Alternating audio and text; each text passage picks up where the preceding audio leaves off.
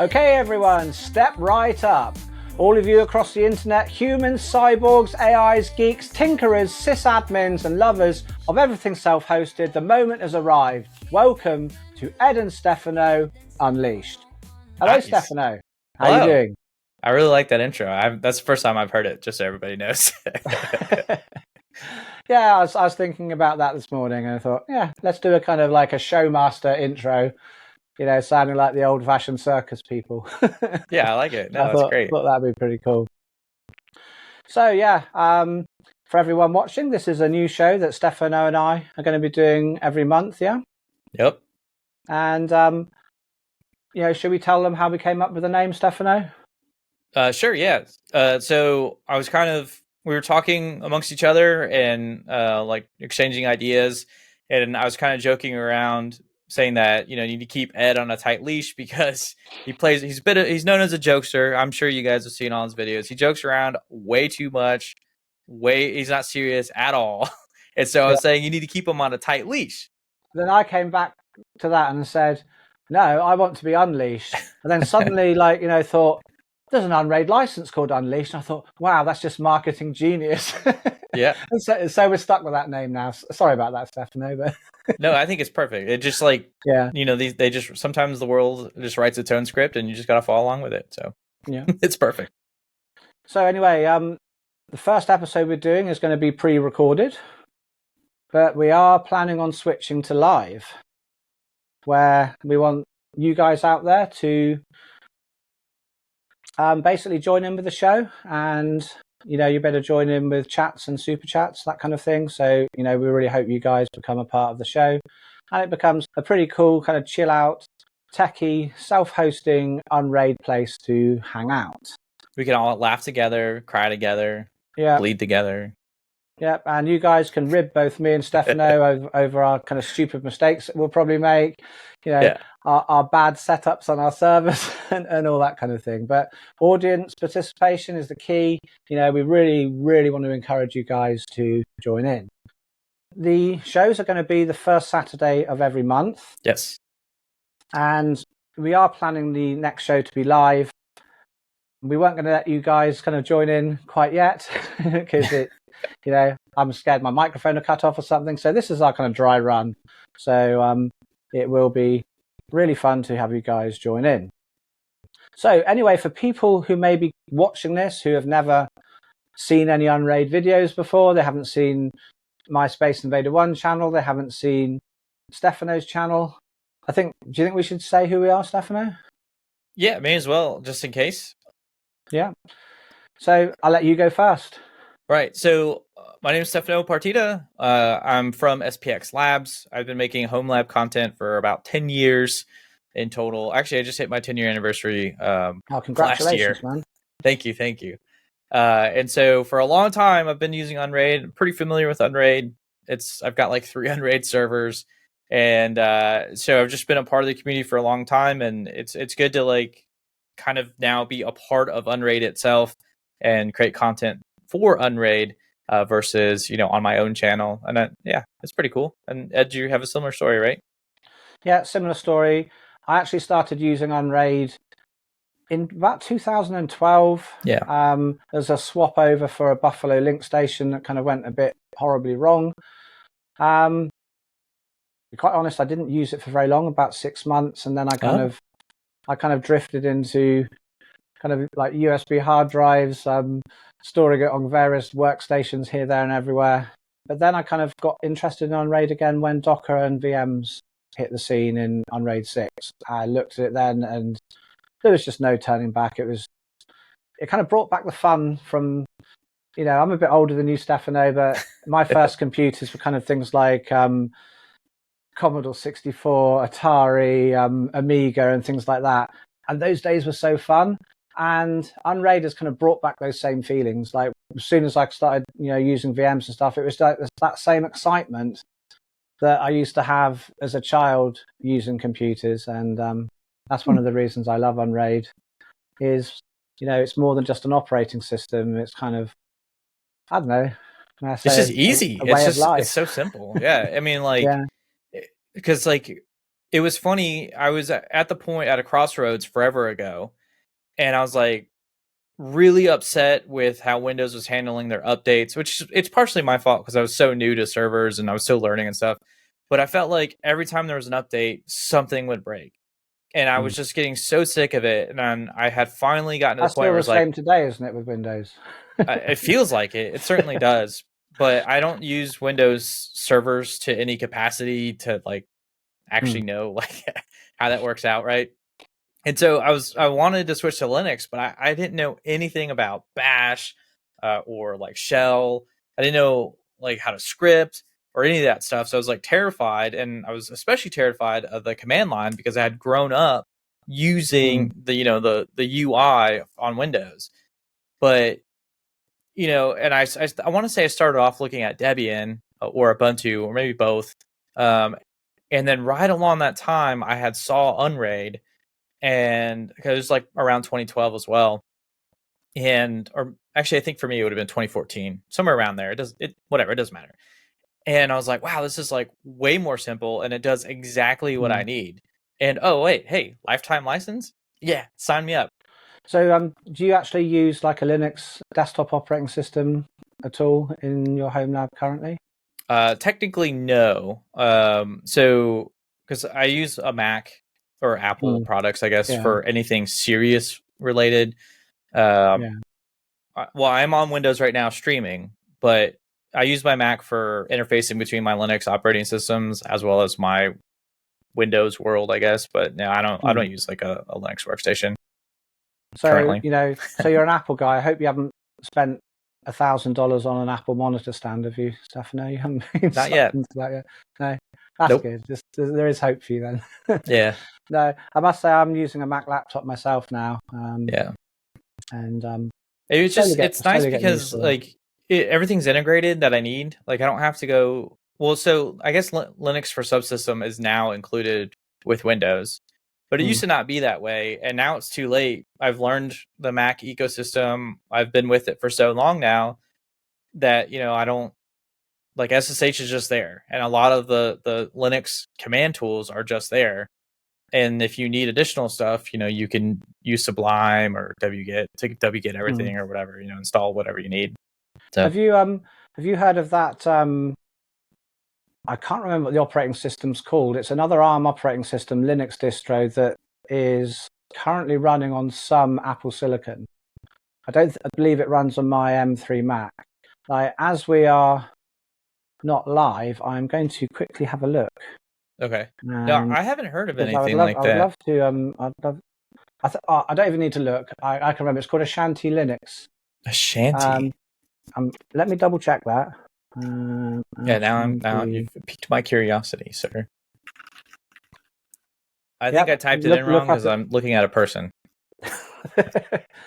Well, it's because I've pronounced it completely wrong. It's Asahi Linux. Asahi. AHI. Yeah.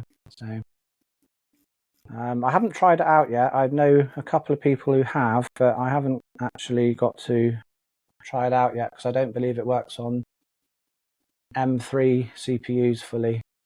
I was very tempted to buy an old M1 Mac Mini just to try it out. So. Yeah, that looks pretty cool. I think for me, I probably would just avoid it for now, just because like my Mac is my bread and butter, right? I need it to work. I need that always on driver support that Apple provides. Like I can't remember the last time I actually had to like tinker with drivers on Mac because generally everything it just works, right? Yeah. Except when it doesn't, but. Mac's I need that stability.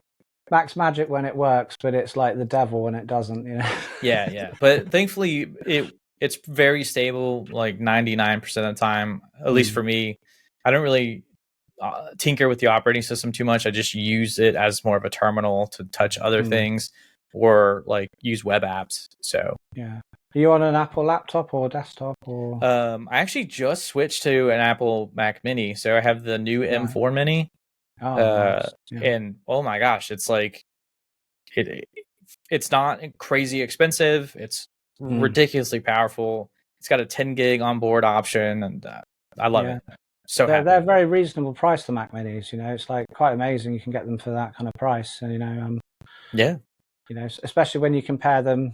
I was going to talk about it a bit later on, but especially when you compare it to NVIDIA GPUs. Stefano, what the hell is going on with the 5080 launch? It's like, man. Everything's just gotten so expensive.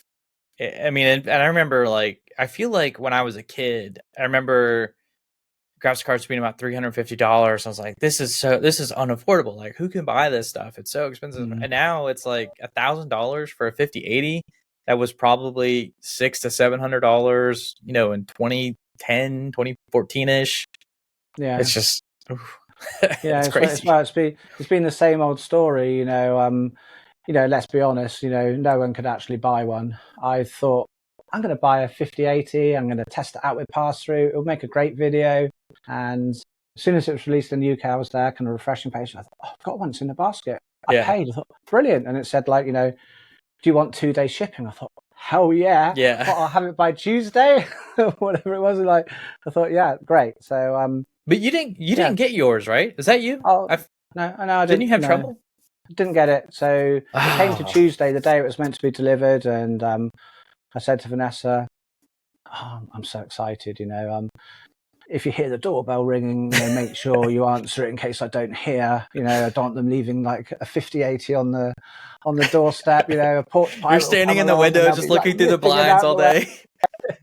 And I'm thinking, it's not coming. So I go onto the computer, look through the email.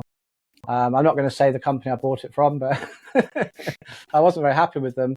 And I had an email and it said, you are number 134 in the queue. Your expected delivery date is April something. My gosh. I thought, you daddy. Beep, beep, beep, beep, beep. I got Straight away, I got a refund. And I thought I'll wait for the 5070 Ti. I'm not a real heavy gamer like you. A 5070 Ti would have been great for me. I've got a 3080 now, and I think it's the 10 gig one I've got. So, and it looks like the 5070 Ti is the better buy anyway over the 5080. At least if I'm remembering correctly. I haven't really kept up with it too much because the 5000 series has just been a terrible launch. So I was like, I don't know. There's no chance I'm gonna upgrade because I have a 4000 series, right? So that it would be ridiculous to upgrade. Well, then I went on to the 5070 Ti, and I had that sort of part of graphics card launches. My favorite 0.2 seconds worth of launches where you have it in your cart for it only to disappear when you click pay. That was nice for half a second, but that's been my experience so far with trying to buy a graphics card. Yeah, I when I was trying to get the 4000 series, because we had a similar issue when that came out, I was telling my friends, I was like, hey, if anybody can grab a Founders Edition, buy it and I'll pay you back. But, no matter where you went, they would sell out so fast because of, bots or whatever. Yeah. And I remember I finally got to the point where I had the ability to add one to a cart, added it to my cart. And then for whatever reason, I got signed out because I was sitting there refreshing so much or something. I'm not sure. So I added to my cart and went to hit checkout, and it was like, oh, you need to sign in. And I was like, no. And by the time I got signed back in and whatever, it was sold out. I was so disappointed. So I ended up going with Gigabyte, which is a brand I've owned once before. And it was fine. Like, I didn't have any problems, but typically I wouldn't buy Gigabyte graphics cards. So, but it's been fine. I did break it that one time, but I don't know if that was their fault or mine. I'm gonna blame them. It must have been their fault, Stefano. I think it was. It's not your. Of course, it's their fault. I've never broken a fan ever in my entire life. So, 20 years of tinkering with PCs, never broken a single component, and somehow a fan blade breaks. Wow, that's crazy. Those things are not easy to break. No. Yeah, I think I'm not sure if I'm right. You probably know more than I, but with the 5070 Ti, they didn't make a Founders Edition with that one, did they? I don't think so. Not yet. No, so I really like the Founders Edition. How they look, I always think they look nicer than Oh, the. I'm sorry. I thought you said fanless. Oh Oh yeah, no, Founders. yeah, No, founders. it's my UK accent. Sorry about that, Stefano. No, I don't think they did. I think they only made the. I don't even know if they made a 5080 actually. Did they? No, they had to have. I think they had a Founders 5080, but not a 5070 Ti. I don't know. Yeah, no, you're definitely right about that. You're definitely right about that. They do have a Founders Edition 5080. Okay, but it's only got 16 gigs of RAM. Right. I'm really hoping that in a few months' time that there'll be a bit more stock available and people will start buying the 5080s. But I kind of, I don't know, call me cynical, but I think Nvidia deliberately make a shortage. It enriches them a little bit more. But there's an old saying in the UK, I don't know if you have it in the USA, there isn't a dishonest move in chess. Ah, nice. which obviously they're going to try and make as much money as they can. So yeah. I want the hype to die down, then I'll try and get a 4080. I think, when people are selling them, when there's more 5080 in stock, and I'll get a 4080. That's my that's probably a good call. And honestly, I don't really know. It's definitely a paper launch, and I wonder if they're just holding on to as much silicon as possible for their enterprise equipment. But I would assume that the GPUs, I guess, are different on the consumer line than they are on their enterprise products. But whatever happened, I want Nvidia to just be like, this is what really went down, and why, like from their standpoint, why they think it's more of a paper launch, because like they stopped making the 4000, like the 4090 forever ago, so they could produce more 5000 series cards. Right. But that doesn't seem to have helped at all. Anyway, switching gears, have you heard that Microsoft has sent Skype to the great recycle bin in the sky, and they're shifting everyone to Teams at the moment? It's about time. I thought it went to the recycling bin in the sky about 20 years ago, but yeah, no. It's that program that you think you uninstalled, but it always used to come back, doesn't it? It is. That's exactly right. That's true. I think I have it now on my PC. They as soon as Microsoft bought it, I remember when they made the announcement, I think I was still in college, and they were like, "Oh, we're buying Skype," and I was like, "Oh, I'm uninstalling Skype right now," and I activated my camera somehow, and like I uninstalled it that day, and I've never touched this. Literally everyone I know jumped ship that same day on the announcement. Yeah, but the real question is, I think, is like, who are these Skype power users? Like, still clinging to it. I guess it's like that one relative that I've got that's still got a Hotmail address and refuses to upgrade their iPhone past the number 6. Well, I still have a Hotmail address too. I don't use that. You only really use it for like Microsoft products and stuff. But I mean, that kind of makes a little bit more sense, right? Because they don't really delete your email. But with Skype, there's been so many much more better products since it first came out. Or I'm sorry, since Microsoft first acquired it, like we've just had a lot better things, right? But I literally don't know why anyone would still use it today or have been using it within the last 5 years. Like I don't know anybody. Do you know anyone that's actually used it? I don't, but I bet you there's some poor IT department out there that's got an entire company running on Skype for Business. Pray for them, Stefano. Yeah, they probably work in the medical field too. So just bad times all around. Yeah. So, have you heard that Amazon's joined the quantum computing race with a chip? What's it called? Ocelot or something, like some quantum computing chip? Ocelot, I think.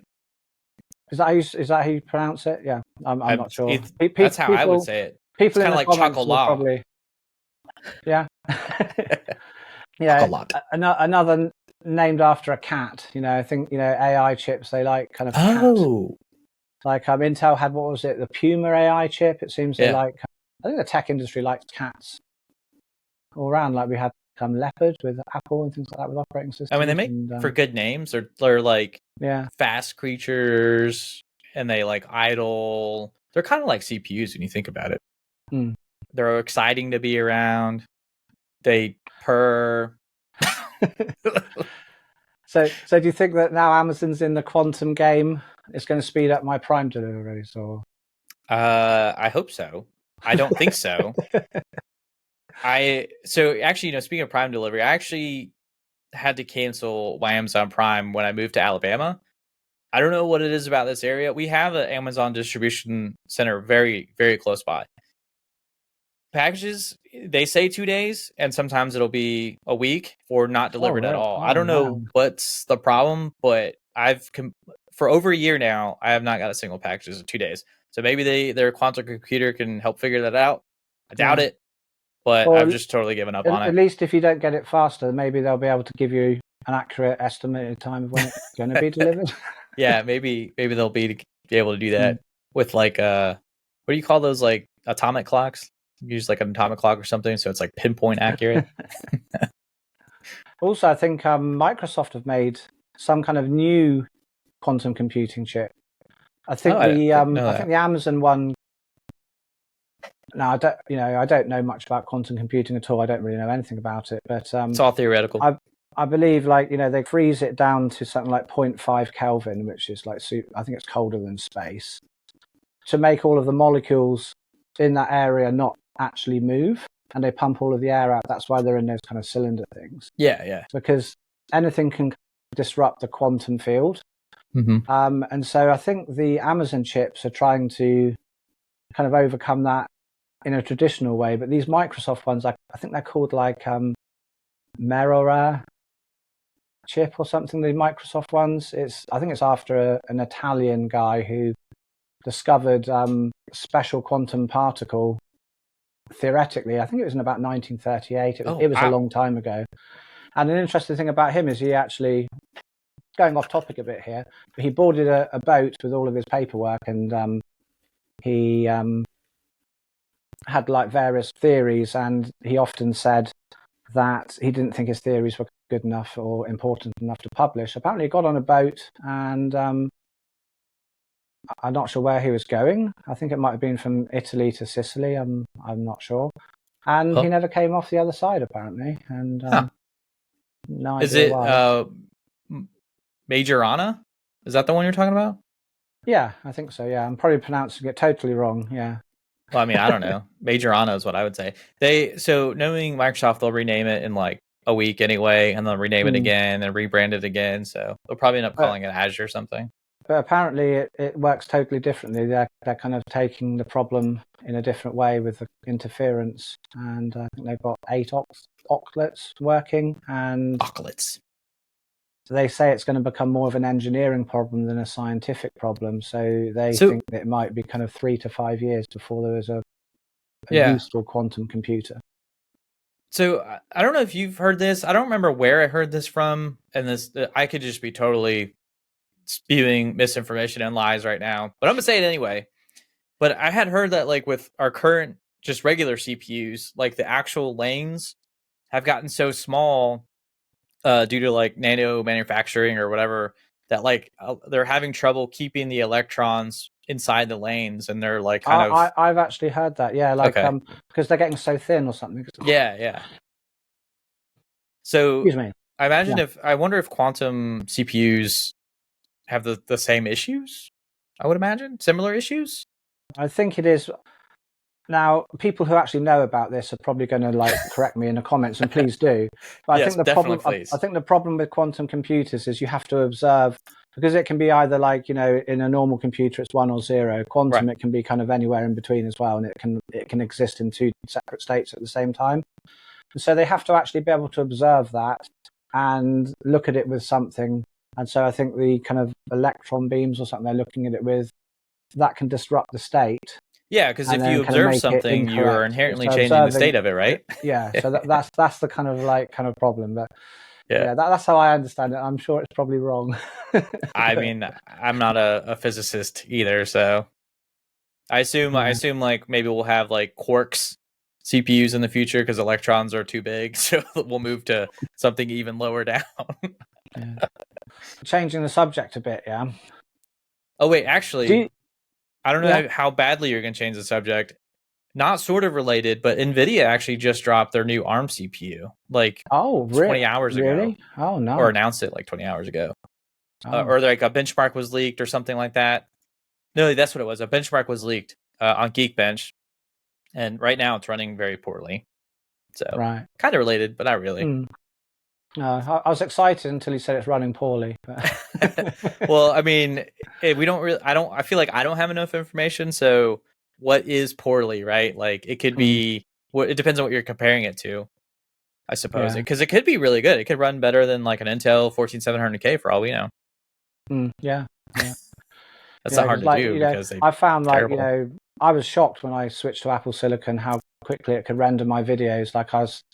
I had like a 13900K and RTX 3080, and I'd render out a video in say 40 minutes, and then when I got the M3 Mac, it was doing it in about 15-20 minutes. And the power draw is extremely low as well. Yeah. It's fantastic. So, it's funny. I got my M4, and the first thing I did, how Unraid has the oh my gosh, the Boink team, where you can solve proteins. Oh yeah. Or protein folding. Yeah. So I was like, I'm gonna just hop on there and kind of gauge like where the M4 is, and somebody had like 56,000 points or something like that. I installed Boink on my M4 and then became first place on the leaderboard for the Unraid team with just one system. And like, I think the other guy had maybe like 3 or 4 x86 systems. And I was like, this one thing is beating him, is probably using, I don't know, 100 watts. Maybe I just made that number up, so I don't actually know, but probably using way less power than he is. And it's still it's so powerful. Yeah. I think, for a laptop, you just can't beat it. My battery just lasts hours and hours and hours. Yeah. I had a Razer laptop before, and, the charger was like the size of a house. And also if you wanted to buy a spare charger, it was like about £150, Yeah. And, it's crazy, but I'm, really happy with the Mac. Do you use an iPhone at all, or are you an Android guy? Yeah, I have an iPhone 13. Do you use things like Apple Pay and things like that? And in stores, I've not used that personally. I'm kind of old school, still use the cards, but I've heard in local tech news that nice segue. Well, not local. I know it's pretty good, eh? That in China they've made a payment system where you actually pay with the palm of your hand. Yeah. So if if they adopt it in the UK, if anyone scans this now, you'll be able to actually use this and take all their money. But so it's not just scanning their hand, right? It's like really looking at the veins on the inside of their hands, right? Yeah, I believe so. Yeah, it's kind of a bit creepy to me, Yeah, it's creepy enough with Face ID for me. Can you imagine being out on the date, yeah, and you go to pay, and it doesn't work, and you go, oh, I'm really sorry, love. My bank's blocked me because my palm spent too much on GPUs last month. Right. Like it's one of those things. It's like a really cool idea, but just based on the way like information is handled and gets lost, and it's just like I can't trust what they're gonna do with my internal. Like I don't know. It's creepy. I don't like it. It's scary. Yeah. But it's really cool at the same time. It is pretty cool, yeah. I was originally not going to use Apple Pay, like their wireless tap to pay, but honestly, it's so incredibly convenient. And what really got me there was when I came to visit you, because in the UK, it's like tap to pay everywhere.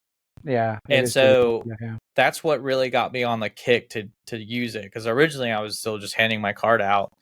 And then ever since I came to visit you, I was like, oh, I'm just going to tap to pay everything. This is amazing. Yeah. It's so fast and convenient. Don't have to carry a wallet anymore.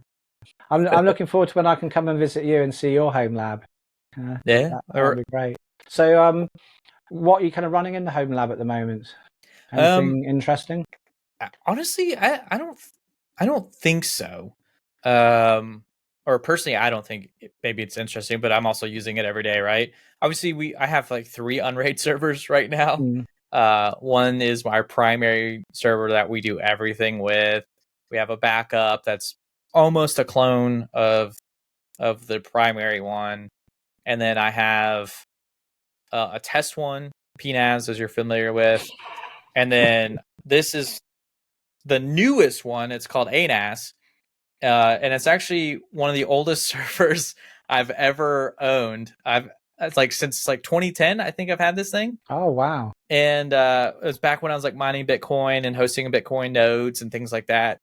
That used to be a Bitcoin node to help the network transactions and all that stuff, right? And so I was thinking, like, what can I do with this thing? And so I decided that I'm gonna reuse it for a future video I plan on doing. And it's running Unraid, of course, because it's just so simple. You just plug in your USB drive and then boom, you have your Unraid on it. You set up containers or whatever you want to do, right? It's just quick and easy. And also Unraid, like, runs on everything. Yeah. So, and this thing is so old. I think the newest operating system I can get on there is CentOS 7 with ease. The newest operating system I can get on there easily is like CentOS 7. So, go ahead. Sorry, go on. I was going to say what I bought recently. Well, I'll say recently. It was probably, I wouldn't be surprised if it was about a year ago now. I've been planning on doing this for a little while. I bought the first AMD 64-bit chip, a motherboard, and I think I managed to get 4 gigs of RAM. It's pretty hard to get a lot of RAM to go in these old, I think it was like 2005, something like that. It came out, around that time. Because I really want to see if I can run the latest Unraid on the first ever 64-bit CPU. So that would be interesting. That's a little project that I've kind of got on the back burner. I keep meaning to kind of grab the parts out and try it and see. Yeah, that would be really cool. Will it run? It'd be quite interesting. So put it in the comments, guys. If you want to see me do that, I will do it if enough of you say that sounds good, or if you think it sounds really stupid, then tell me as well and I won't do it. As soon as this video gets posted, I'm gonna go comment on there and say, yes, I want to see this.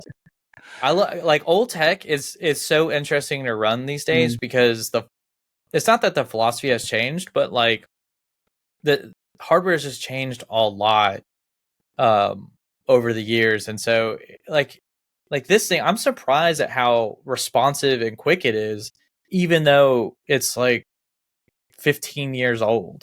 Yeah. And that's mostly because Unraid's so lightweight. But, I didn't appreciate it at the time because it ran Windows. It was a Windows server of all servers, which was the worst thing. Like at the time, it was like, oh my gosh, this thing is so slow and just unresponsive. But with Unraid on there, it's quite snappy. Yeah. I think Unraid runs in like about 400 megs of RAM. Yeah, I don't know, something small. Yeah, it's pretty small.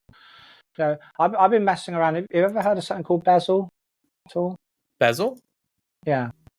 I don't think so. It's a self-hosted kind of like monitoring system. Someone on my YouTube, they said, Ed, you need to try out Bezel. Bezel. I thought, I'll try that out. It's pretty cool. It's a lightweight, really simple monitoring system. You have like a client and a host. You can install them both on the same server. But because I actually beat you with the amount of Unraid servers. I think I've got 7 or 8. Three Proxmox servers and a TrueNAS server currently. Wow. Too many. I don't really know why. Some of them don't get switched on. It's an addiction. It is, yeah. But Bezel, really worth checking out. Gives you a nice kind of dashboard of all of your different servers, and you can see the stats of what's happening. Yeah, I'm looking at like a screenshot of the dashboard now. This is pretty clean. Yeah, and it's super easy to set up. You just have you get like a key on the client, and you put that into the server. Give it tell it what the IP address is, and I haven't tried it yet, but I'm pretty sure it would work over Tailscale. So you could literally kind of monitor friend servers and all sorts of things as well, which would be. All right, Ed, cool. Hear me out. I don't know how you feel about Unraid Connect, but what if Unraid Connect was able to provide a dashboard like this? Would you use it? Yeah. One thing I would really like with Unraid Connect is I would like to be able to have friends be able to share their server, and I could have it in my Unraid Connect dashboard. Oh, man. I've got various friends who don't know much about their server, and just really to be able to say, ring up my friend and go, hey, Rob, your hard drive is like almost full, you're going to need to put another drive in there, man. You know, things like that, rather than them ring me up and say their whole server's not working because their cache drive's like totally full and this, that, and the other. That because it would be kind of neat if they treated like us as tenants, right?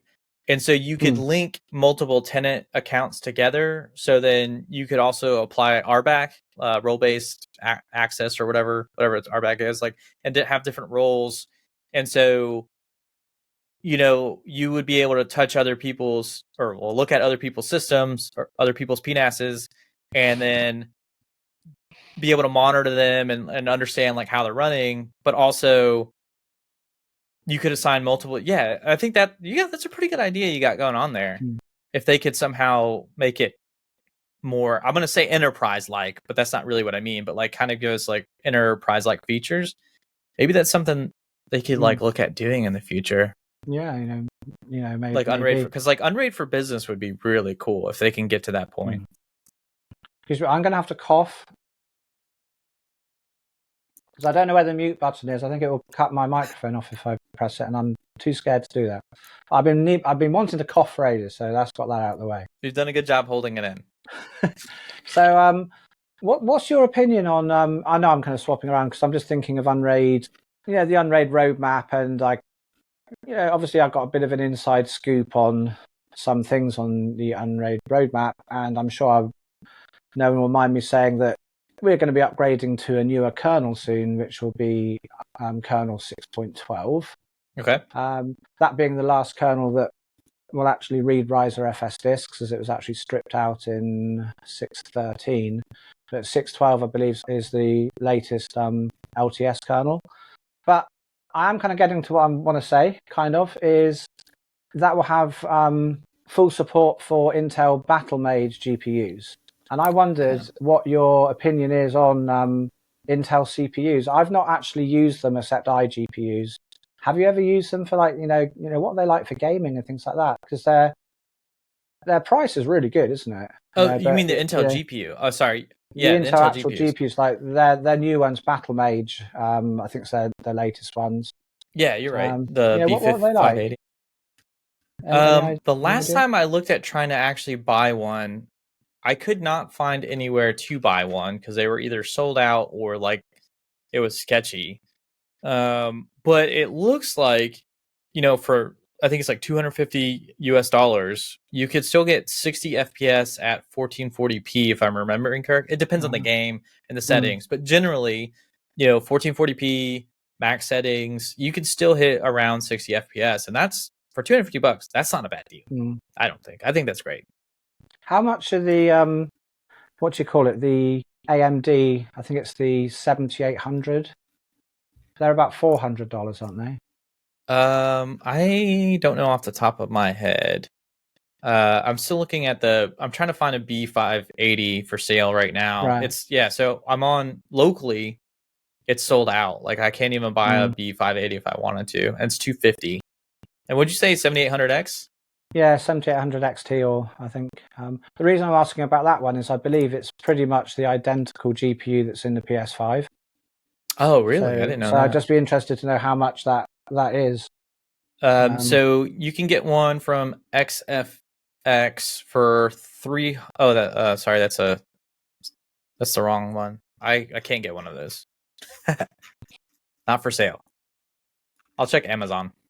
Oh, yeah. Will it be real? Probably not. This looks pretty legitimate, and it's about $520 from XFX.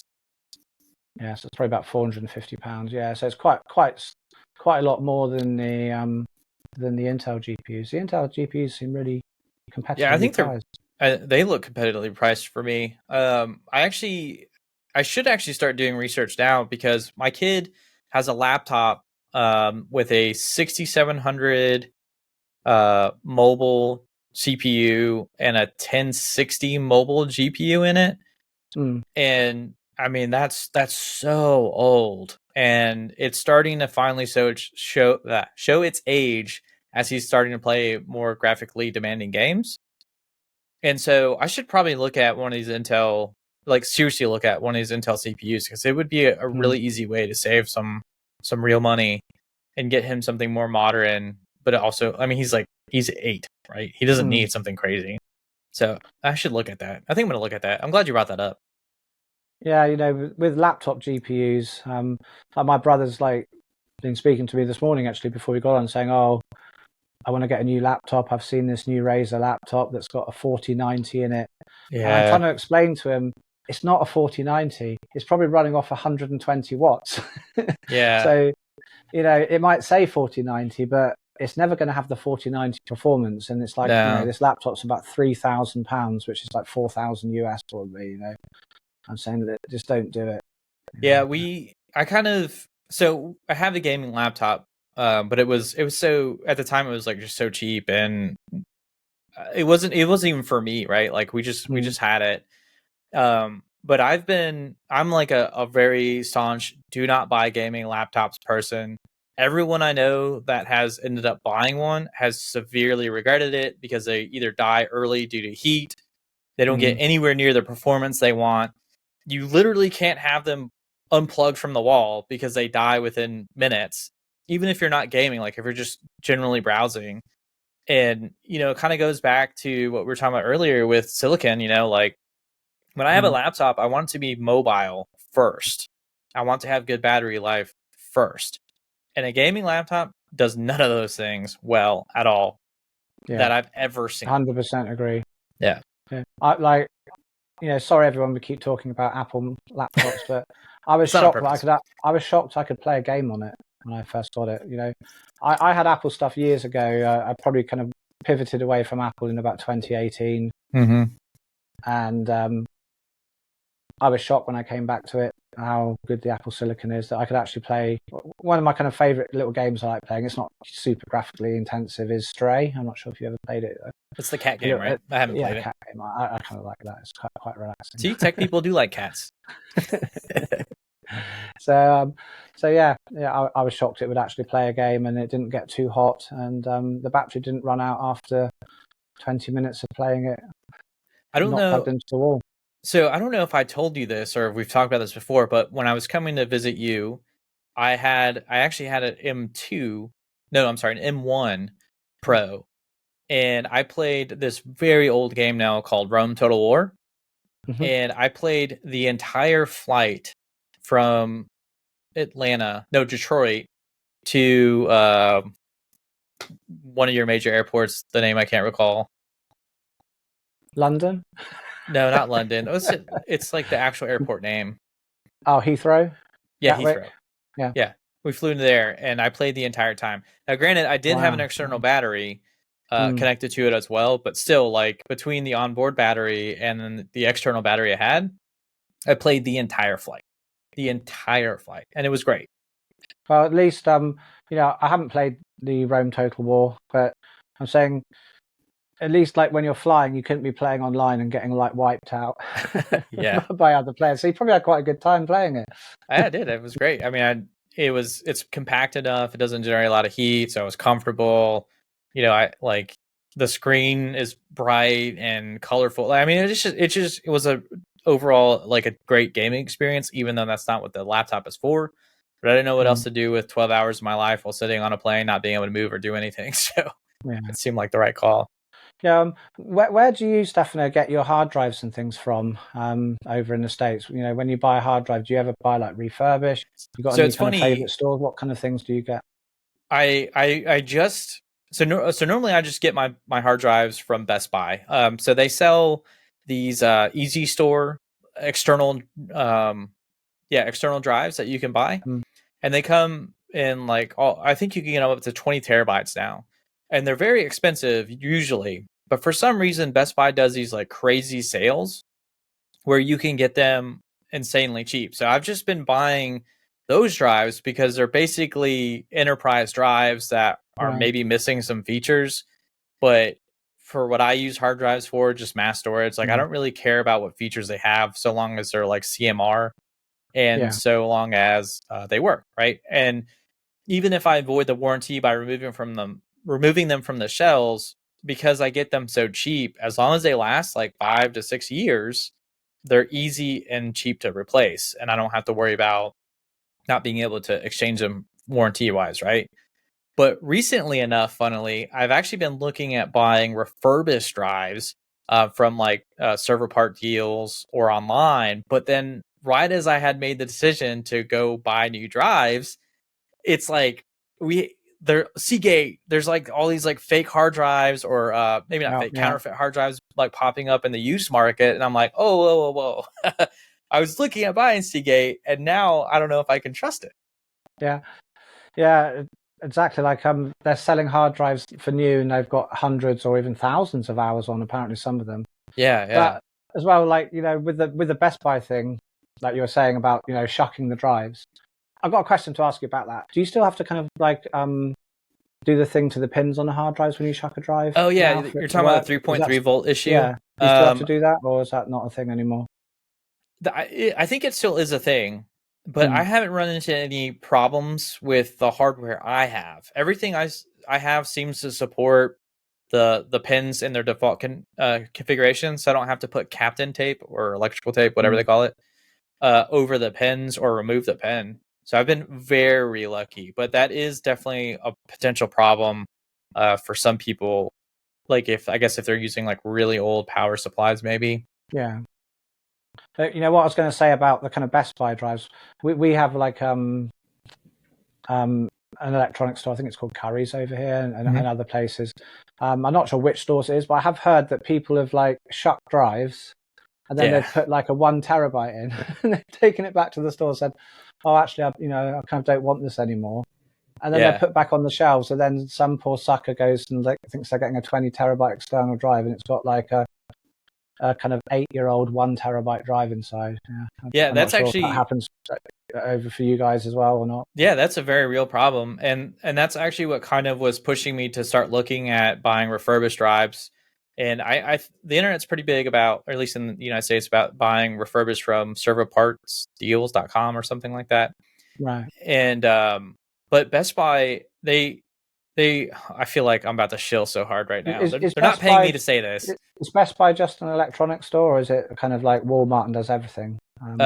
It's mainly electronics. They sell like other things in there, like plushy toys, and I think Legos now too. So they're kind of branching out. But it's mainly focused on consumer electronics. They sell like kitchen equipment and things. I don't know. Yeah. It sounds very much like our Currys over here. Yeah, probably.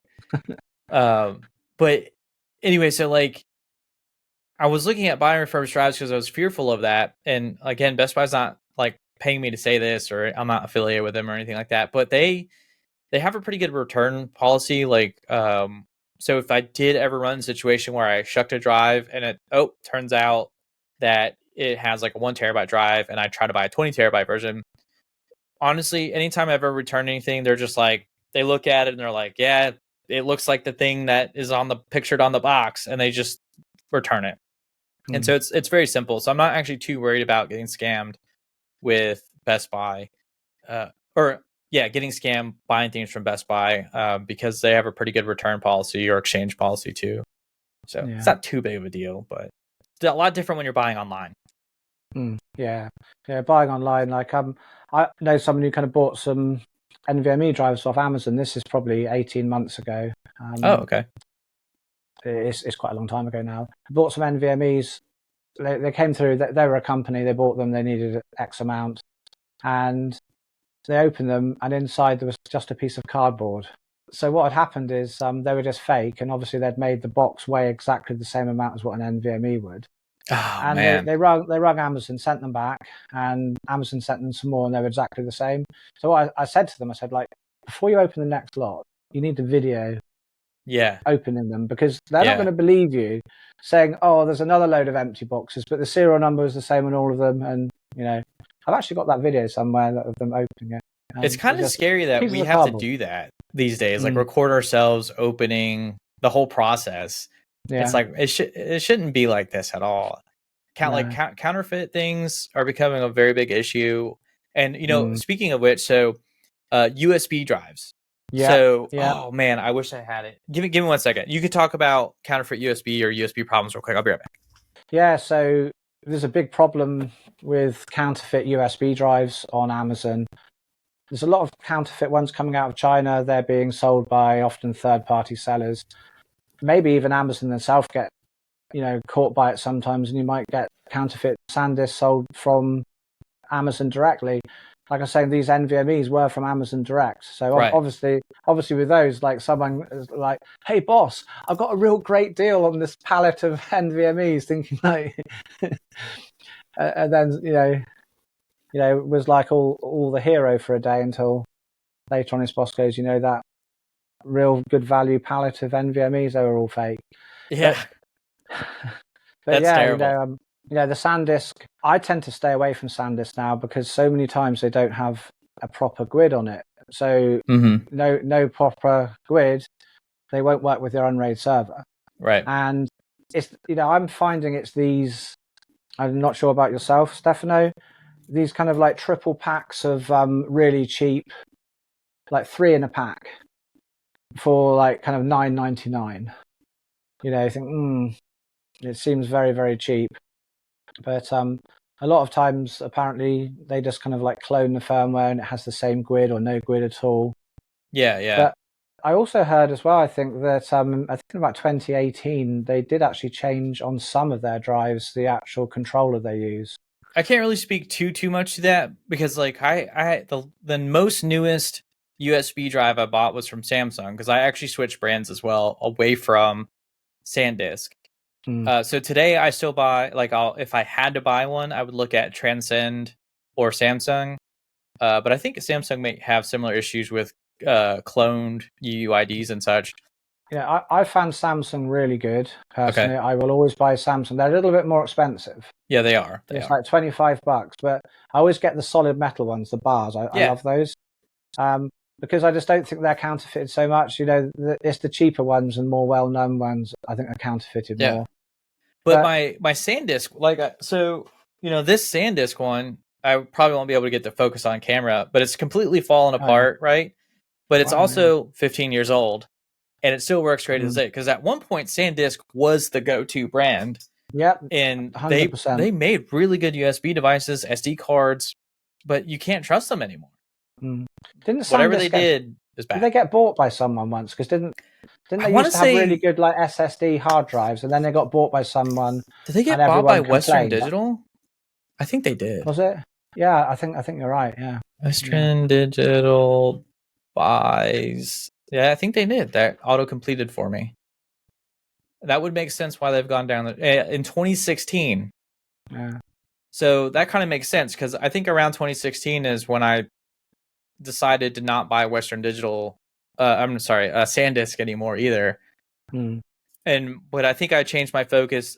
I don't want to say it was because of that. I think I was changing my focus to buying from brands that directly made their own flash media. Like, so Intel used to have really good flash storage on their SSDs back then. And so I was very careful about who I was buying flash storage from. And I want to say that's what made me switch away from SanDisk to Samsung and I don't think Transcend makes their own flash, but I switched to them anyway. But yeah. Oh, and okay, so I got to show you this. Speaking of cloned UUIDs and stuff. So, and you know how we're trying to find USB devices that you can install Unraid on? Yeah. So this allows you to install an mSATA. It is huge. It allows you to install an mSATA SSD on here, so you can install Unraid on it. But it shows up as a USB device, so you can. So the actual device has a grid itself, and then you can swap out the drive on it. Yeah. So awesome. If this dies, you can just buy another one. So I actually have 2 here. I'll open this. A live unboxing. Right. That's called. I have it labeled.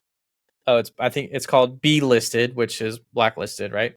So anyway, here's both of them. So if this dies, you can just take your mSATA device and put in a new one, and whatever, it should be good to go. The problem is, I guess, and vice versa too. So if the drive dies, you can put another one in, and you don't have to kind of re-register your flash drive because it's got the same grid from the controller. Right. Exactly. The problem is, both of these devices have the same UUID. So because I've already used this one's now blacklisted. I own 6 of these. and every single one of them has the same UUID. I think I made a video about it, and because somebody had posted on the forums, I believe, they're like, "Hey, these things work great, and it's a great way to not have to buy SanDisk anymore, and you can use mSATA SSDs that are also fairly inexpensive." And I was like, "Oh yeah, that's cool." And then I bought one that was already blacklisted, and I was like, "That's strange." So I hit up Unraid support, and I was like, "Hey, my thing's blacklisted. Can you help me?" So they were able to help me, get around the blacklist.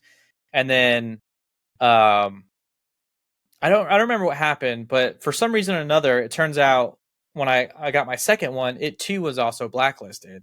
And so I looked at the UIDs. It just sent me down this huge rabbit hole. But it's just like everything just feels so cheaply made. And like, how much money are they possibly saving by just cloning these versus giving them unique UIDs? Yeah, it can't be that much. No, but it's the old saying, isn't it? If you can save $1 on I know it wouldn't be $1 for that, but if you can save $1 on manufacturing and you sell 50 million units, you've just saved $50 million. I guess that's true, but now I'm telling everybody, do not buy from this brand. Yeah, that's good to know. Do not buy anything from this brand. I think if people want it, I think that on the Uncast channel, we should do a video of actually testing a bunch of flash drives again. I did a video on my Space Invader 1 channel years ago. I can't remember how many it was. I think it was about 100 drives. I just basically tested them, reading and writing constantly until they died to see which ones died. And the winner was the Samsung bars in that test. So I'd be interested to see how things have changed and what other flash drives will be good. So I think that would be good to do. Like you could do it like yearly, right? Because they're constantly releasing new versions of these things. And that's something like every year we can be like, okay, we're going to take a look at, last year's best drive, see how it compares, if it's even still available, right? And see how it compares to something newer. I think that'd be a great idea. And that way, like if it's constantly kept up to date, then as new people join the Unraid community, like they'll have a much better time finding new available information versus finding forum posts from forever ago. It's like, yeah, SanDisk, buy SanDisk. So I think that's a good idea. Yeah, I think let us know, guys. There's no live chat today, but put it in the comments below if you want that video. Yeah. We will do it. And we definitely read the comments. I know I've gone back and looked at comments. I know you've gone back and looked at comments. So it's very important that you guys definitely comment. Let us know. And we want the show to grow with you and for you. And so any input that you give us, we'll definitely evaluate that, and we'll grow together. We really want you guys to be part of the show. This isn't just Steph and I talking. We're really looking forward to everyone joining in, and we want to have it like a nice place we can all chill out and chat about Unraid, chat about self-hosting, open source. Anyway, I don't want to be outdone by Stefano in showing some hardware. So I've actually got some hardware to show as well, if I can find it. So, what do you reckon this is, Stefano? It looks like a hard drive. It does, but it opens up, yeah? Yeah. So, camera, SSD. It's now a 3.5-inch. Nice. Hard drive. I thought these were really cool. I got given them by a friend of mine who lives up in London. He gave me about 10 of these. Yeah. And I think they're really awesome. You can kind of put them in like this. Yeah. Into a normal tray. But that's way worse though. It's like clunky. But this just looks nice, doesn't it? Yeah, and it just slides in and then you're done. It's toolless. I really like it. So that almost reminds me of. So, are you familiar with Western Digital Velociraptor drives? They're very old now. They're like maybe 15. Were they like 10, 15,000 RPM drives? Yeah, exactly, and they were tiny. Those used to come with adapters that look like giant heat sinks. And that honestly kind of, because you slot them in there, and yeah, you can tool them down too, right? Like, so that way they don't move. But you just slot them in there, and you slide it in, a 3.25-inch bay, and it just, it just fit perfectly. And that's what that reminds you of. That's a really neat thing to have. Adapter. Yeah, I thought it was pretty cool. I saw some I could like 3D print that are just, they kind of wedge it in and yeah. I think so I'd rather have that. Was from StarTech? Yep, StarTech.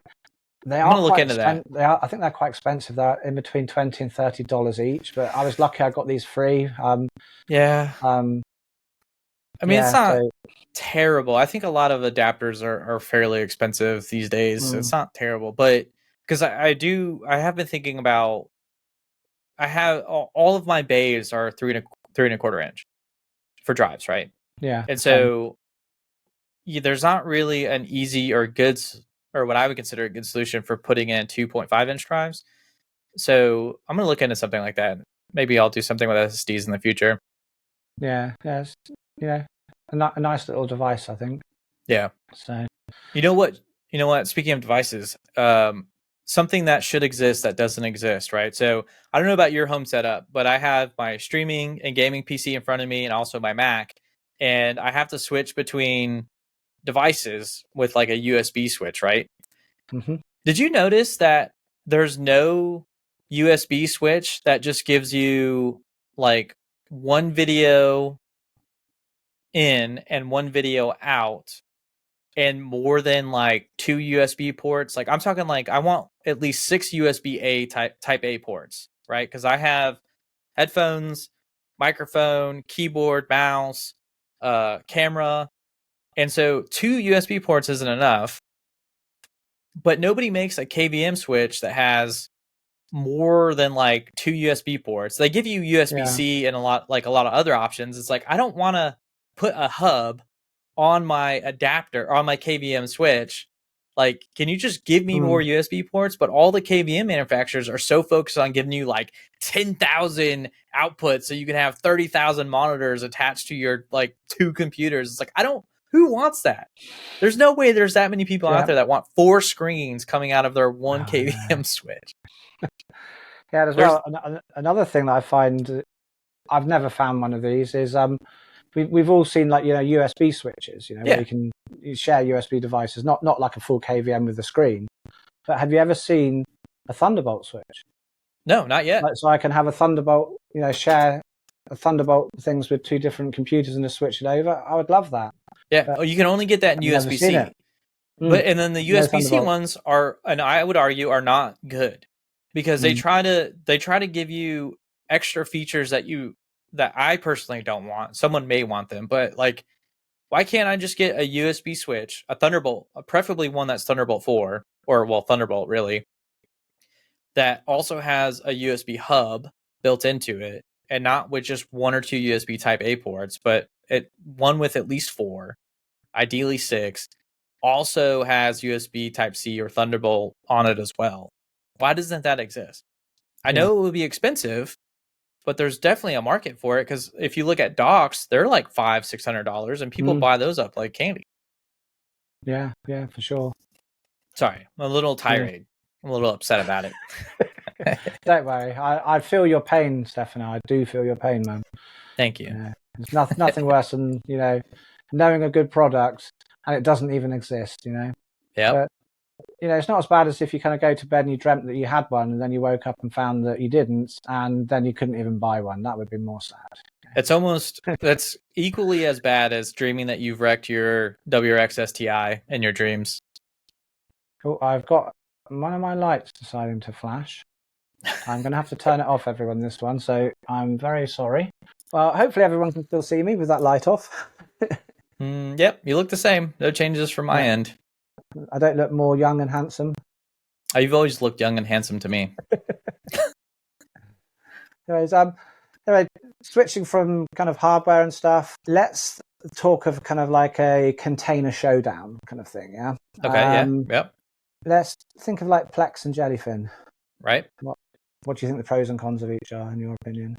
So what do you prefer, really? I actually just recently switched from Plex to Jellyfin. And I may not be the best source of information, but after having both recently, I can tell you that I think I prefer Plex's ability to identify videos and pair them with thumbnails is significantly better. Right. Also, I really like how Plex, like if you want to turn subtitles on, it's more intuitive and it seems to remember. Is it only intuitive because you're used to Plex? If Yeah, you'd used I Jellyfin for guess that's years and you fair. switched to Plex, would then it be, Jellyfin would be more intuitive because you're used to it? Yeah? Well, maybe, but so I'll tell you why I say this right here in a second. So I think Plex is more intuitive with their subtitles. So I switched to Plex, not for any reason in particular. Or I'm sorry, I switched to Jellyfin, not for any reason in particular, but mostly because it's kind of the new rave, and I wanted to check and see what it was all about. Honestly, it's quick, it's easy, it works right out of the box, no issues, and I really enjoyed that that component. But with the subtitles, sometimes it forgets that I don't want subtitles on. And so when I go to watch something else, it'll just turn the subtitles on. And I'm like, why are you doing this? So I'm on an Apple TV, so it's a little different. You have to like swipe. So it's kind of like hard to get to where to disable the comments. And sometimes it says the comments are enabled, or I'm sorry, I keep saying comments. Sometimes it says the subtitles are enabled, but it's not showing subtitles. So I don't know why it does that. It's just really weird. But I think I like Jellyfin more so overall than Plex. Just from a standpoint of it's easier to set up. It passing through hardware to it is way easier.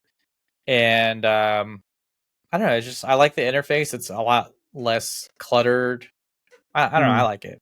Oh yeah, also I don't so part of the reason why I switched from Plex is because I think Plex like will share what they know about you to other people, and I don't want that. I just want like a basic application.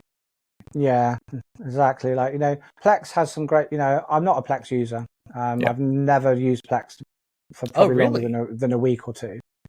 I've always been an MB user, and Jellyfin is a fork of MB, and I basically currently run an MB server and a Plex server.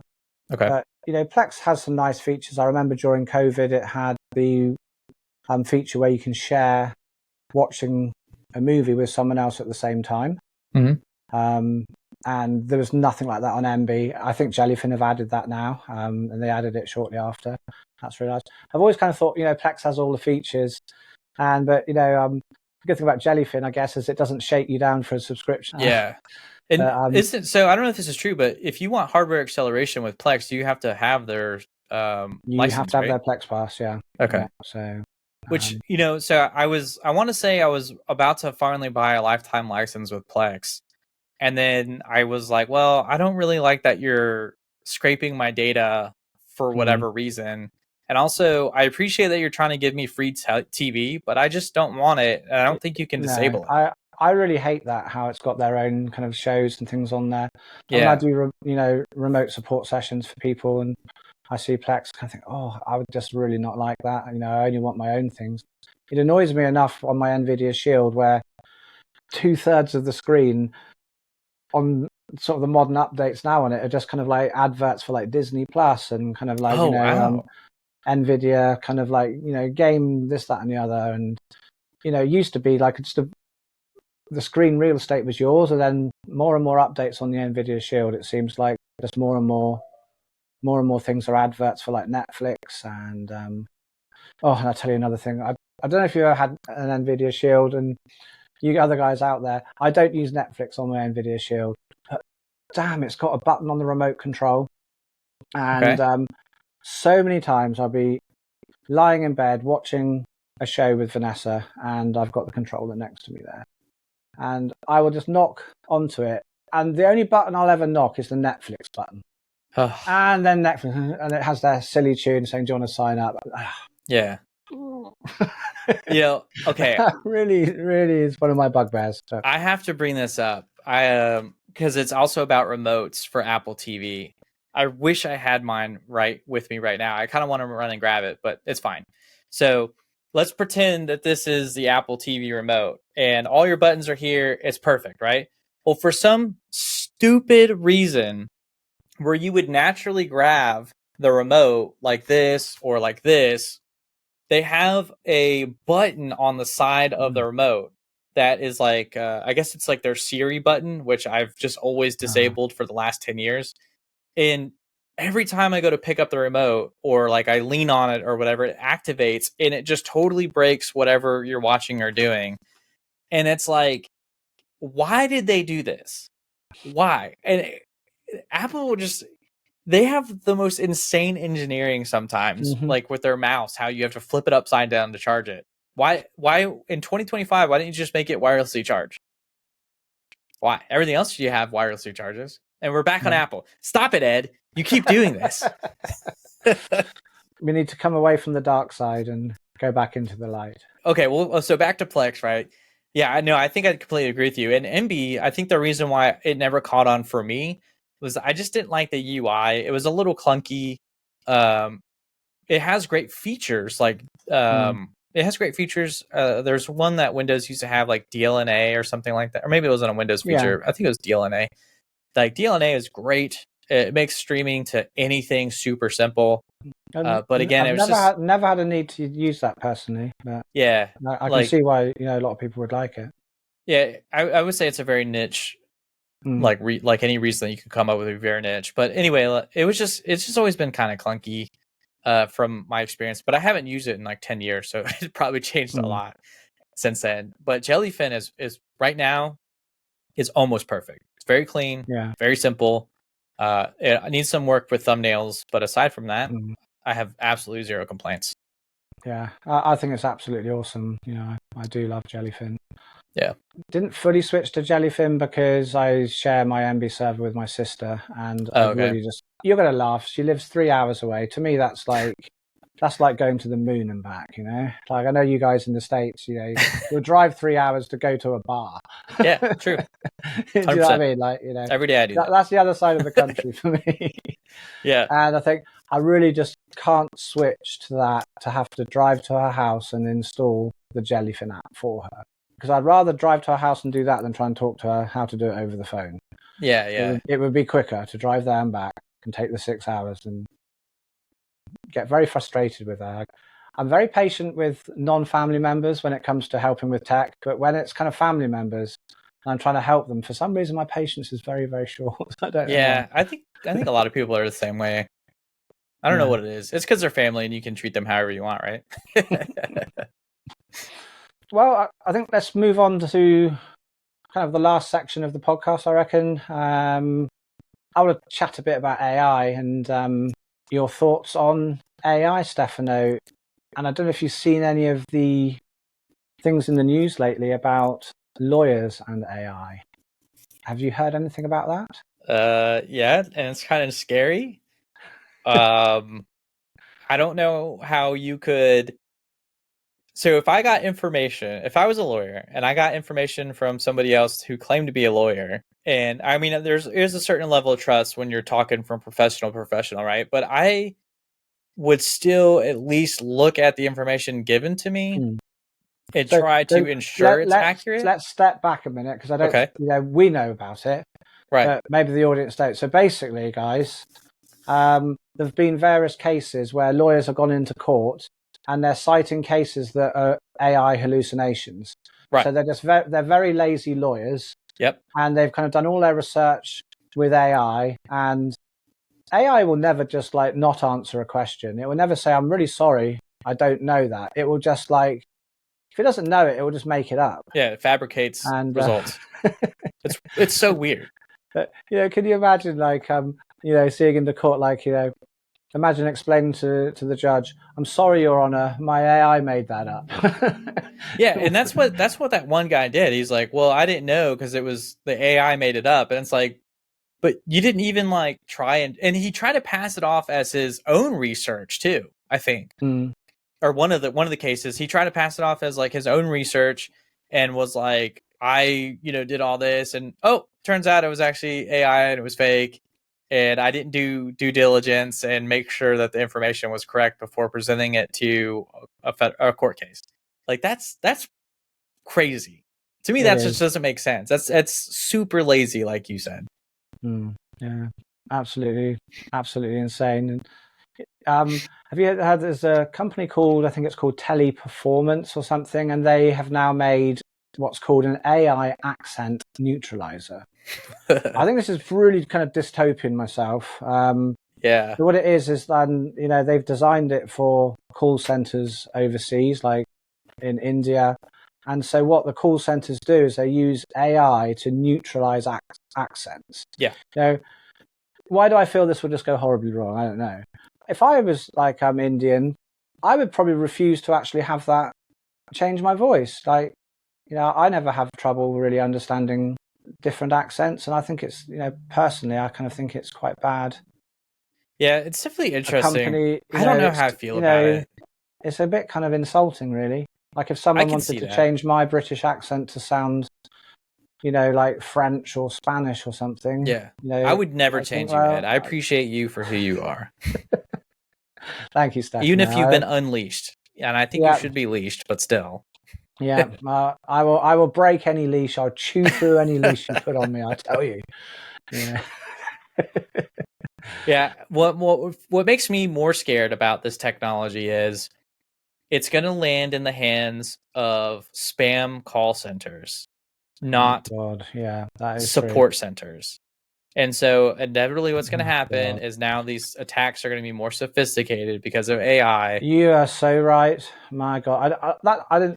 Now you've scared me, Stefano, because the amount of like things like that I get through, like scam call centers, kind of pretending to be some company, pretending to be my phone company, this, that, and the other. Yeah, it will become more and more difficult to, especially for old people, like our grandparents and things. Yeah, because they didn't really grow. Well, we didn't grow up with AI either, but we at least were introduced at a young enough age where we're still experiencing it and seeing it evolve, and we can play with it as is. But like if my parents, they have no interest in technology at all. How are they going to know this technology exists unless it's covered in the media, right? Yeah, it's crazy, and that's just voice, and there's things like is it called Sonar?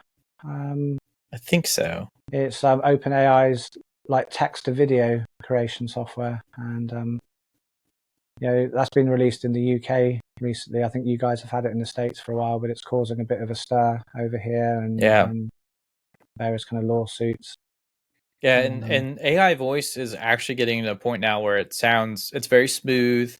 Have you ever seen that movie called Her? No. Oh man. No. So the premise of the movie is there's this man who essentially falls in love with his AI assistant. Yeah. But the AI it talks like a normal human being and like breathes and takes breaths in between, like I just did, in between sentences or words. And he asks, he's like, why do you do that? And she responds, well, so it's more natural and calming, and humans seem to appreciate it subconsciously or something like that. She says something to that tone. And he's like, well, stop doing it. It's freaking me out.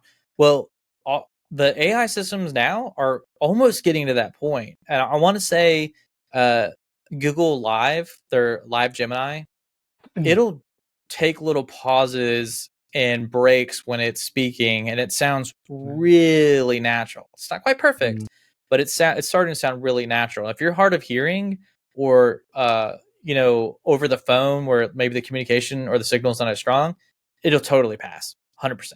I think it will totally pass as a person. It's just incredible, really. I remember on one of my kind of early 8-bit computers, I had a program. I think it was called SAM. It standard for speech something module. Okay, yeah. And we had the computer lab at school, and I hated the computers in the computer lab. I thought they were really bad, and so I said, "Can I bring my own computer in?" And they said, "Yeah." And I remember, like, a few of us kind of ran doing it, and I ended up getting the computer to kind of like, and it sounded like that, and I thought it was like quite amazing. Yeah, I got it swearing the teacher's name, saying he's a complete and utter whilst he was out of the room. Then he came and walked into the room. I was never allowed to bring my computer back to the computer lab. That's awesome. I was just thinking the amount it's changed since in my lifetime. Yeah. From when I was a little boy to now, it's insane. I've always thought the robotic voices were definitely more fun and cool. But the more human it gets, it sounds. I think it definitely sounds better. We all kind of like the kind of like old sci-fi shows where the robots like exterminate and kind of like it sounds more sinister than just someone that sounds like us. Yeah, and there's also something about it not being a natural voice that is comforting at the same time. But it's almost like if you're trying to fake being a person, it really makes it more unnatural and more uncomfortable, which is bizarre because it's the same thing. But I don't know. It's just weird. I don't like it. It makes me feel weird. Have you seen those AI things where you can give it like a photo of anyone, yourself or a historical character, give it some text, and then it will animate the face and it will speak the text. I think so. I think I've seen a lot of people do that with like Mona Lisa. It's crazy, isn't it? Just like it's awesome. From one photograph, it can calculate what it would look like as a person speaking, and it does their voice, and you type in the text. It's just what's really wild is like we're still in, I would consider, the infancy of AI, and so it's like, what in 10 more years, what is it going to be like? Maybe Unraid will replace you and I with AI models, and we'll have the same conversations about new AI. What I find really strange about kind of tech and things like that is how quickly we get used to things. Like, if I told you kind of 10 years ago about these kind of things, you'd go, that's crazy. That just sounds so amazing. No way that will happen. Suddenly we've got AI and it's like, oh yeah, I know about that. It's just no big deal. Yeah. And it's like, yeah, it is a bloody big deal. It is. It really is. But we just take it for granted already, and we've only had it a few years. And I can actually attest to this because I was pretty staunch, like anti-AI in the sense that like it's too new. We don't know how they're using the data that we're inputting into it. Like you shouldn't be using it. You should be using it. But have you used Google at all? It's terrible. Google search has absolutely gone. It's quite frankly unusable. And I find ChatGPT, Copilot are really good search engines.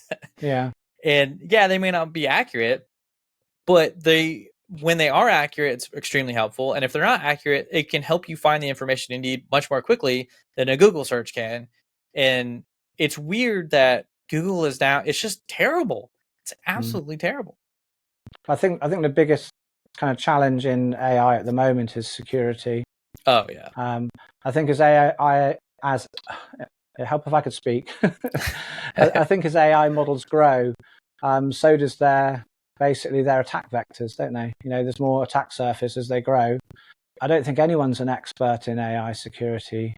Yeah, it's still so new. People, we don't know enough about it to really kind of like get a grasp on it. And Copilot is like giving away Windows licenses for free now, or helping people get around Windows's licensing stuff. And that's their own product. And if they can't figure out how to control their own product, like, I don't know, man, it's going to be crazy. I'm sure a lot of companies, they're going to kind of run to AI much too soon, and they'll end up leaking data to kind of like other staff members. I'm sure there's going to be companies that are using Copilot and it's set up badly, and someone will say, tell me about something, and like it will dive into some data that's in like the kind of Microsoft tenants or something. Yeah. And it will pull like someone's pay information of another staff member because like the information hasn't been tagged properly. And well, that's actually a good point, because I think happening. I think from what I'm seeing, the enterprise world is looking at their self-hosting their own AI instances to train the AI on, with their systems. And so I can imagine a situation where, so like today, like as an admin, I don't have the rights to look at people's like pay or things or anything like related to that, right? like healthcare or anything like that. But AI will be given access to all that information because it needs to be trained to help HR, to help all the other business people, to help the admin, developers, whoever, right? So potentially there could be a situation where, a disgruntled employee is like, well, I want to know how much so-and-so is making, and they can kind of coerce or trick the AI into divulging that information. Like, how is that going to work, right? Well, what they try and do, isn't it? They try and have one AI check. They have two AIs and they try and check it. But I think there was some guy called Simon Wilson, and kind of very high up in kind of like AI knowledge. He basically says AI security problems can't be solved with more AI, because if one AI can be tricked, the other AI checking it can also be tricked. Right. That's funny because like I want to say like NVIDIA is trying to compartmentalize AI. So you'll have an HR AI, like a tech AI, maybe like a business operations AI. And so all those different departments will have their own AI that can communicate together. But then there's also like an overseer AI that makes sure that the information they're sharing is appropriate. And it's like, okay, well, who oversees the overseer? And then there's like another layer, like a teacher AI. It's like, oh my gosh, here we go. Yeah, my lord, like, so in the end, it's like having a whole robot workforce just to kind of like keep an eye on what the other robots are doing in the workforce. Yeah, right. It's like, wait a minute, we're going full circle here. Well, anyway, enough about robots. Okay. What I want to know is confession time. Yeah, I want to know about what do you reckon is the dumbest thing you've ever self-hosted? And I really want to know when we go live. I want people to kind of tell us what, and put in the comments what is the dumbest thing you've ever self-hosted. What do we mean by dumbest here? Like, okay, it kind of went horribly wrong. It was really pointless. You set it up, and it was just like a kind of pointless thing. And you thought, why did I even bother? Okay, so if we look at the pointless aspect, I think I got a perfect answer for you. And this may offend a lot of people. And no offense to anybody, use when you have a tool, use whatever you're most comfortable with. Okay, so I'm gonna say this, but I'm not trying to offend anyone. But the most pointless container for me personally that I really regretted setting up was Lucky Backup. Oh, you're gonna upset a lot of people because so many people love your Lucky Backup video. I know. Stefano, you cannot say that, man. I feel like I try to tell people like in the comments on that video, like, hey, this is great. I don't personally use it. I understand why people want to use it because like the command line is genuinely scary for a lot of people, right? Yeah. But when I was setting up Lucky Backup, I was like, this is so cumbersome because with user scripts and just typing out rsync and all the different variables in the directories, it's so it's so much faster. And I don't know. Yeah, I think I really regret doing the Lucky Backup one, and I feel like it would be easier just to teach people how to do things via command line because it's honestly much more simple. Yeah. Well, Lucky Backup. Yeah, I'll go with that. What about for you? For me, I think, and this is probably going to offend a lot of people as well, but this is it. We're not getting a show after this. It's canceled now. Setting up a dashboard like for different containers. Okay. So things like, and please, like, it's just, this is my own personal opinion. For me, things like Hemdal and things like that, I think, why do I even need that? Yeah. That's what my kind of shortcuts tab on my browsers are for. If I want to go somewhere to another server, I just don't see the point. And, anyone who's seen my videos, when they look at my server in my videos, for a lot of the things I use a lot in other servers, I use the custom tabs plugin, and I have all of my servers set exactly the same, so the tabs are in the same one. So like I've got server 1, server 2, server 3, and then each other one has like that. So I can click onto kind of server 2 and it will go to that, and the page looks the same, and so it's almost kind of seamless. Yeah, it's I think so. What you're talking about is a lot like Cockpit. So like Red Hat, CentOS, Fedora, There's No, probably kind other of distros. things like Cockpit, I like that. Yeah. What I mean is just a dashboard to kind of like, you know, you got a button for Nextcloud on your dashboard, and you've got a button for Plex. Yep. And you've got a button for, say, Deluge. Thinking like, why do I have to go to another web page to then go to another web page? Yeah, exactly. When I can just have, that's what your favorites bar's for, and that's what shortcuts are for. Yeah. In your browser. And to me, I guess some people want to kind of better, you know, expose it to the internet maybe, and then give like family access so it's easy for, you know, certain people. But yeah, me, I mean, these tools exist for a reason because somebody identified, you know, a gap, right? So there's nothing wrong with that, but I agree with you. Like for me, something like a Heimdall, I don't use it, and like even your plugin, I don't see the point of using those plugins either because I don't touch my server that often or enough to need something like that, and I make content about Unraid. Another thing that was kind of like, you know, a Minecraft server just for myself, that was kind of pretty pointless. now you're really gonna get us canceled. Yeah, but a Minecraft server just for me. None of my friends play Minecraft. That's what I mean. You know? Oh, okay. I understand. I set it up, and now what am I going to do with it? Yeah.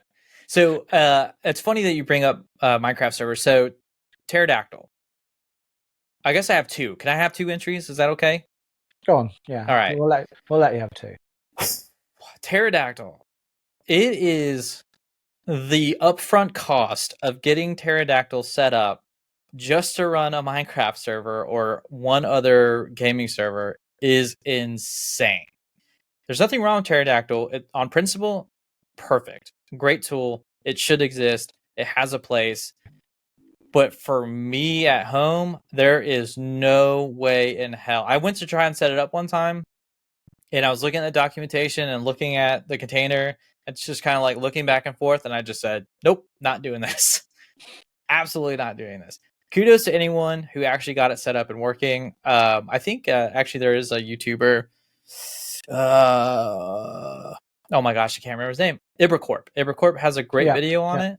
And I started following his video, and I want to say we were probably 10 minutes in. I was like, I don't have time for this. I can't do it. Pterodactyl is another one on my list. Yeah. Sorry. If you like it, it's fine.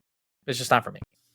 Yeah. So, you know, everyone out there, put in the comments what containers you don't like. Yeah, I'd be interested to see what other people say. And it's not, remember, it's not just containers you don't like, right? Okay, we got to be clear here because like there's I probably phrased that very badly. Ones that didn't work out how you thought they would do when you first stared installing. Yeah, that's a good way to put it. I want to see what other people are saying for sure, because I feel like one of the problems we have with the internet is like we kind of have this bandwagon, like, oh, check out Heimdall. I'm not saying Heimdall specifically. I'm just using an example. But like, check out Heimdall. On principle and at face value, it's super cool. And then everybody's like, oh yeah, you should be using this. You should be using this. But I want to know, like, I want to hear what other people are doing, because there's no way everyone's setting this up. It seems like everyone's setting it up and using it, but are they really? So I want to know what people actually have to say about this. I'll be really interested. Yeah, me too. Yeah, so let us know, guys. Please. Anyway, I think that pretty much brings us to the end of this episode, Stefano. It's the last one ever after you just said Minecraft. This is going to be the only episode ever because we've offended too many people. But anyway, we're going to be going live, so we're really excited for you guys to join us. It's going to be the first Saturday of every month. Yep. Check out the Unraid forums, things for the exact time. We haven't really finalized the exact time of day that we're going to have it yet, but we'll try and make it so it's a time of day that, you know, people in different time zones, we can all have some sort of overlap. Yeah, definitely get subscribed, because what we can do also is when we do have a more solidified time, I could also put it in the digest, Unraid digest, and so that announcement can make it there, and so they can just quickly hear, you know, Saturday at 9 p.m. or 9 a.m., whatever, right? Yeah. So. And guys, you're going to have to forgive us on our first live ones. You know, we are going to be probably a few hiccups along the way. So, you know, I've never hosted a live show before, so it's going to be a really fun adventure for me. And also, you're in the UK and I'm in the United States, so big time gap. Lots can go wrong. If we were together, it'd be a little more simple, but Mm-hmm. And I've got a very naughty dog that can bark and make lots of noises in the background. Hopefully you haven't heard her too much today, but that's always a bit of a worry in something live that you can't edit out when the dog barks. 100%. Anyway, guys, thanks everyone for watching. I really hope you enjoyed this, and thank you very much to Stefano for joining me and agreeing to be part of this absolutely awesome show. We'll catch you in the next one, guys. See you later. Yeah. See ya. Bye bye.